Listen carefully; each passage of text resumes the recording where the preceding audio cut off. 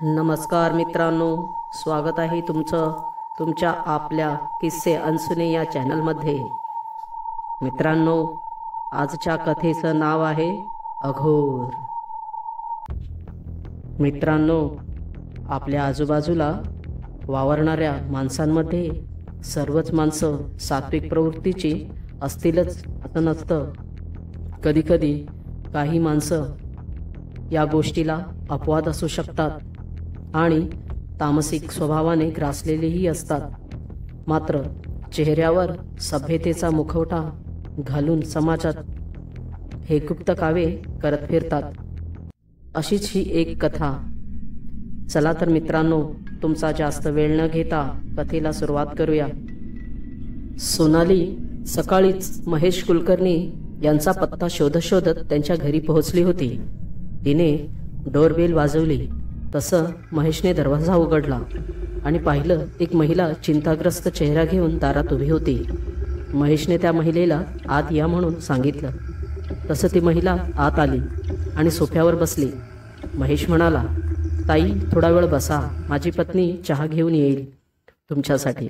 मी जरा देवपूजा आटोपून घेतो, मग बोलू आपण। असं म्हणून महेश देवघरात निघून गेला आणि महेशची पत्नी मालती चहा घेऊन हॉलमध्ये आली। त्या महिलेला चहा देत ती म्हणाली, काय अडचण आहे तुम्हाला? हा प्रश्न मालतीने केलाच होता। तो ऐकून सोनाली ढसाढसा रडू लागली। मालतीने तिला कसंबसं शांत केलं आणि म्हणाली, स्वामी आहेत ना, सर्व ठीक करतील। एवढ्यात महेश पूजा आटोपून हॉलमध्ये आला। सोनालीच्या समोरच्या सोफ्यावर बसत तो म्हणाला, हां, आता बोला ताई, काय अडचण आहे तुमची? त्यावर ती परत रडू लागली। महेश म्हणाला, ताई, रडू नका, स्वामी समर्थांवर विश्वास ठेवा, सर्व ठीक होईल। काय अडचण आहे सांगा मला। तशी ती सांगू लागली, आम्ही नाईकवाडी येथे 2 महिन्यापूर्वी राहावयास आलो आहोत। माझे पती एका वर्तमानपत्रासाठी काम करतात। त्यांना वेळोवेळी केव्हाही कामानिमित्त जावं लागतं। मात्र आम्ही नाईकवाडी येथे अघोरा अपार्टमेंटमध्ये महिन्यापूर्वीच राहावयास आलो आहोत। ही इमारत 4 मजली आहे। प्रत्येक माळ्यावर 8 खोल्या आहेत। आम्ही दुसऱ्या मजल्यावर राहतो। माझी अडचण ही आहे, या इमारतीचा मालक राजनाथ सर्व खोल्यातील कुटुंबांशी प्रेमाने वागतो। कोणाला काही त्रास तर नाही ना, म्हणून स्वतः सर्व खोल्यांच्या दारात रोज सकाळ संध्याकाळ येऊन विचारपूस करतो। मात्र स्त्रियांशी बोलण्याची त्याची पद्धत जरा विचित्रच आहे। त्याच्या नजरेत वासना झळकते। मी या अघोरा अपार्टमेंटमध्ये नवीनच आले आहे। मात्र माझ्यासोबत जो प्रकार घडला तो मला सांगायला थोडा संकोच होत आहे। तसा महेशने आपल्या पत्नीला म्हणजे मालतीला बोलावलं आणि सोनालीला धीर द्यायला लावला आणि म्हणाला, ताई, तू निसंकोच सांग। तशी सोनाली सांगू लागली, महेश भाऊ, तो इमारतीचा मालक राजनाथ, तो जेव्हा जेव्हा माझ्या रूमच्या दारात येऊन जातो त्यानंतर काही मिनिटातच मला काम वाचण्याची प्रबळ इच्छा होते। मी स्वतःला बेडवर झोकून देते आणि एक वेगळाच दुर्गंध माझ्या खोलीवर पसरतो। मी माझ्याच खोलीत असते, पण माझ्या बेडवर माझ्यासोबत राजनाथ शय्यासुख घेत असतो। जेव्हा हा दुर्गंध कमी कमी होऊ लागतो तेव्हा मला हळूहळू शुद्ध येऊ लागते आणि पूर्ण शुद्धीवर आल्यावर मी स्वतःला खूप थकलेली असल्याचं जाणवते। माझे केस आणि वस्त्र पूर्ण विस्कटलेले आणि अर्धनग्न अवस्थेत असते मी। मला हे आता सहन होत नाही। मला हाच प्रश्न पडला आहे। मी काही त्या राजनाथ बरोबर नीट बोलतही नाही। मला तो अजिबात आवडत नाही। खूप वाईट नजर आहे त्याची, म्हणून मी सहसा त्याला टाळत असते। उद्धटपणे उत्तरं देते त्याच्या बोलण्यावर मी, पण तरीही तो निर्लज्जासारखा दारात यायचा तो येतोच आणि हा प्रकार माझ्यासोबत घडतच राहतो। पण 2 दिवसापूर्वी तो राजनाथ असं काही बोलला आहे हे ऐकून मला खूप भीती वाटली, म्हणून तुमचा पत्ता शोधत इथवर आले आहे मी. महेश भाऊ, माझी मदत करा. महेश म्हणाला, ताई काळजी करू नकोस. काय म्हणाला तो राजनाथ? सोनाली पुढे सांगू लागली. 2 दिवसापूर्वी त्या राजनाथने मला पहिल्या मजल्यावरच्या पायऱ्यांवर गाठले आणि म्हणाला, माझ्या अधीन राहशील तर ज्या रूममध्ये तू भाड्याने राहत आहेस हीच खोली तुझ्या नावावर करून देईन मी. तुला कधीच कमी पडणार नाही कशाची. आणि जर माझं ऐकलं नाहीस तर तुझ्या नवऱ्याला कायमचा मुंबईमध्येच बांधून टाकेन. परत तुझ्याजवळ कधीच येणार नाही तो. मग काय करशील? प्रेमानं सांगतो आहे, ऐकलंस तर भलं होईल, नाही तर. महेश भाऊ, मी खूप चिंतेत पडली आहे. मी काय करू? माझे पती कामानिमित्त मुंबईलाच गेले आहेत. तसं महेश सोनालीला धीर देत म्हणाला, ताई स्वामी समर्थ आहेत, आलोच हा मी. असं म्हणून महेश देवघरात गेला आणि हातात एक लाल दोऱ्यात बांधलेला ताईत घेऊन आला आणि सोनालीच्या हातात देत म्हणाला, ताई, हा स्वामींचा आशीर्वाद आहे. हा गळ्यात बांध, तुला नक्कीच प्रचिती येईल. आणि हो, मी 2 दिवसासाठी बाहेरगावी जात आहे. माझा मोबाईल नंबर देतो तुला, मला फोन कर काही अडचण आल्यास. सोनालीने काहीशा अविश्वासानेच तो ताईत घेतला आणि घरी निघून आली. तिला वाटलं, हा ताईत काय करणार आहे आणि काय उपयोग असा आहे. आणि सोनालीने तो ताईत ड्रॉवरमध्ये ठेवून दिला आणि ती झोपून गेली. मात्र तिला आता तिच्या रूममध्ये तोच दुर्गंध जाणवू लागला. तिने विचार केला, हा दुर्गंध अचानक कसा येतो आहे? राजनाथ तर आज दारात आला सुद्धा नाही. मग हे कसं शक्य आहे? थोड्याच वेळात तिला आजूबाजूचं वातावरण आणि दृश्य बदलत असल्याचं भासू लागलं. एक धुकं दाटल्यासारखं झालं आणि ती स्वतःच्या रूममध्ये नसून राजनाथच्या खोलीमध्ये पोचली आहे. आणि राजनाथच्या बाहुपाशात ती त्याच्या मांडीवर बसल्याचं तिला जाणवलं आणि ती स्वखुशीने त्याच्यासोबत शय्यासू घेत आहे असं तिला भासत होतं. काही वेळ गेला. आता दुर्गंध हळूहळू ओसरू लागली होती. तशी सोनाली शुद्धीवर येऊ लागली. परत तीच अवस्था तिची झाली होती. मात्र ती आपल्याच खोलीत होती आणि आपल्याच बेडवर ती झोपली आहे हेच खरं होतं. सोनाली प्रचंड घाबरली होती. हे काय होत आहे? रोज होणारे अनुभव हे तिला तिच्याच घरी असताना व्हायचे. मात्र आज तिचा अनुभव सरळ तिला राजनाथच्या खोलीत घेऊन गेला होता. तिने लगोलग महेशला फोन लावला. महेश कामात असल्या कारणास्तव फोन उचलू शकला नाही. मात्र काही वेळ गेल्यावर महेशने समोरूनच सोनालीला फोन केला. तसं सोनाली रडतच सर्व सांगू लागली. महेशने फक्त तिला एकच प्रश्न केला, ताई, तू ताईत घातला होतास का? त्यावर सोनाली म्हणाली, नाही, मी विसरले भाऊ. सोनाली खोटं म्हणाली. तसं महेश म्हणाला, ताई, तुझा विश्वास नसावा, पण एकदा घालून तरी पाहिला असतास तर तुला नक्कीच प्रत्यय आला असता.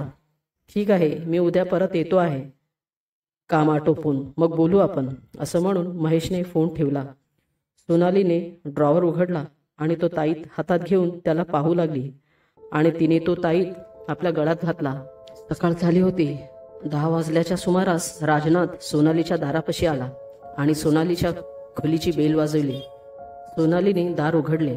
तसा तो म्हणाला, काय सोनाली मॅडम, रात्र कशी गेली? सोनाली गप्प उभी होती. काहीच प्रतिक्रिया तिने दिली नाही. तो निर्लज्जासारखा हसला आणि म्हणाला, आजही भेटू आपण रात्री, येतो मी. त्याची ती वासनेने भरलेली नजर जणू सोनालीला विषारी सापांचा डंक वाटत होती. तिने दार लावून घेतलं, पण तिला आता रात्रीची भीती वाटत होती. देव जाणे आज रात्री काय होईल आपल्यासोबत. आता संध्याकाळ होत आली होती. सोनालीने आपल्या शेजारी राहणाऱ्या मेघाला विचारलं, काय ग मेघा, आज माझ्या सोबतीला येशील का रात्री? मला खूप भीती वाटते आहे ग. त्यावर मेघा पटकन म्हणाली, अगं कसली भीती? त्या राजनाथची. तो नवीन येणाऱ्या भाडोत्री स्त्रीसोबत असंच कृत्य करतो. मी नवीन आले होते तेव्हा माझ्यासोबतही हेच घडलं होतं. हे ऐकून सोनालीला धक्काच बसला. सोनाली म्हणाली, म्हणजे तू पण? मग आताही घडतं का हे तुझ्यासोबत? मेघा म्हणाली, हो. त्या अघोरी राजनाथला जेव्हा वाटेल तेव्हा तो कोणत्याही स्त्रीसोबत हे कृत्य आपल्या अघोरी विद्येच्या जोरावर करून घेतो. मी देखील तुझ्यासारखीच घाबरले होते. इथून खोली सोडून जाण्याचा विचार मी केला, पण या नराधम राजनाथने माझ्या पतीला काळ्या विद्येच्या जोरावर अपघात घडवून आणला आणि मी विधवा झाले आणि असहाय्य होऊन या अघोर अपार्टमेंटमध्ये गेली 5 वर्षापासून राहते आहे. सोनाली, मी तुझ्यासोबत राहिली असते ग, पण मला माफ कर. तो राजनाथ मलाही जिवंत सोडणार नाही.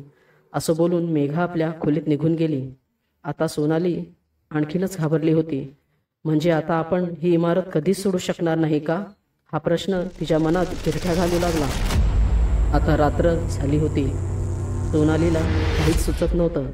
तिने आता दरवाजा लावून घेतला आणि दाराला आतूनच लॉक लावून घेतला आणि ती झोपण्याच्या खोलीत बेडवर चिंताग्रस्त अशी बसली होती. राहून राहून ती गळ्यातील ताईत टाचपून पाहत होती आणि घामाघूम अवस्थेत स्वतःला असुरक्षित समजत होती. आता रात्र पुढे सरकत होती आणि अचानक खोलीमध्ये एका धुक्याच्या लाटेने प्रवेश केला. तशी सोनाली स्वतःला एकवटून सावरून बसली. ती प्रचंड घाबरली होती. आता धुक्याच्या लाटेसोबत तोच दुर्गंध हळूहळू पसरू लागला.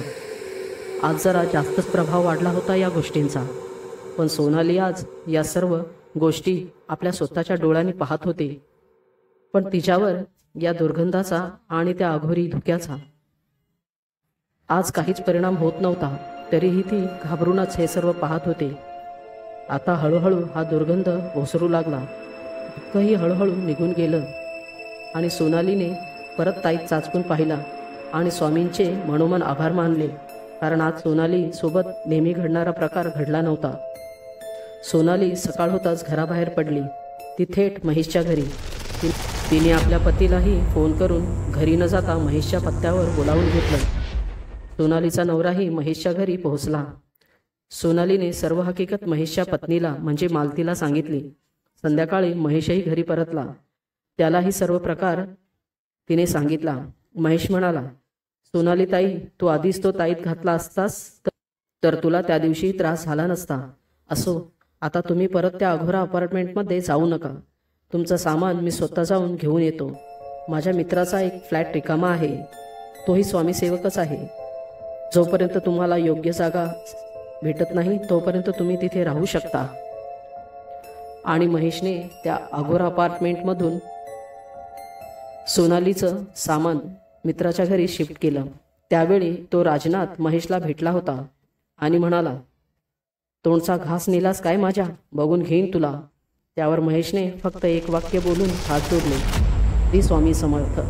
मात्र काही वर्षांनी महेश त्या अघोरा अपार्टमेंटच्या रस्त्याने येत असता त्याला एक गृहस्थ दिसला, जो हिंदीन कुष्ठरोगी बनून रस्त्याला भीक मागत होता. महेशला एक क्षण त्याला कुठेतरी पाहिल्यासारखं वाटलं, पण कुठे. एवढ्यात एका सुरक्षा रक्षकाने महेशला हटकलं. काय साहेब, काय पाहताय त्याला? तो भिकारी एकेकाळी या अघोरा इमारतीचा मालक होता, पण कुष्ठरोग झाला आणि वेड लागलं त्याला. आता फिरतो भीक मागत. महेशने स्वामींना परत हात जोडले आणि स्वतःशीच म्हणाला, कर्म तशी फळं. जय श्री स्वामी समर्थ.